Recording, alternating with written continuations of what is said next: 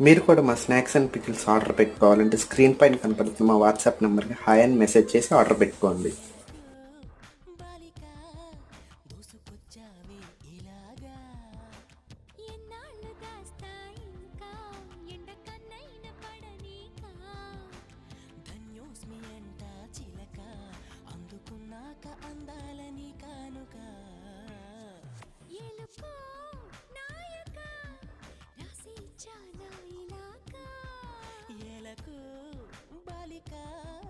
దూసుకొచ్చావే ఇలాగా